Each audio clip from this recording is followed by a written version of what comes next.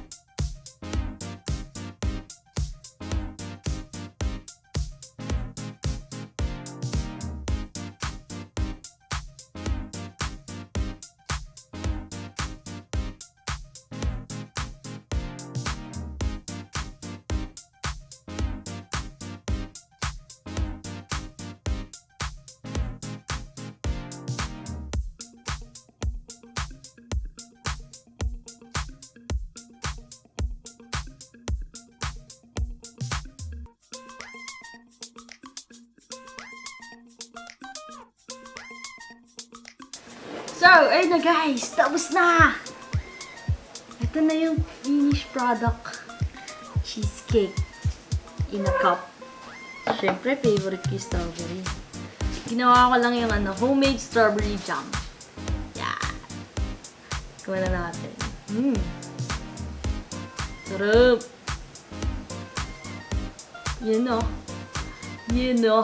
Yun o.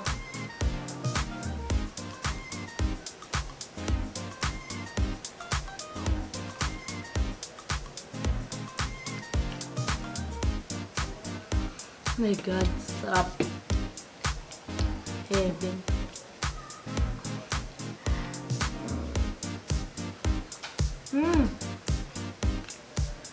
Lumambot din yung Oreo. Nilagay ko. Sarap.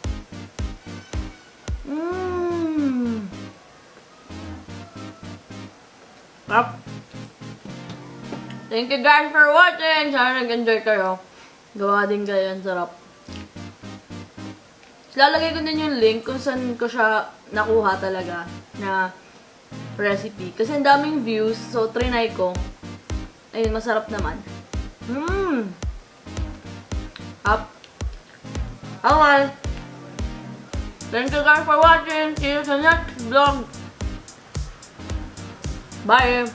Kung may mga gusto kayong food or pwede kong puntahan sa next vlog, comment down below. Thank you guys. Bye-bye. Stay safe. Stay healthy. Bye.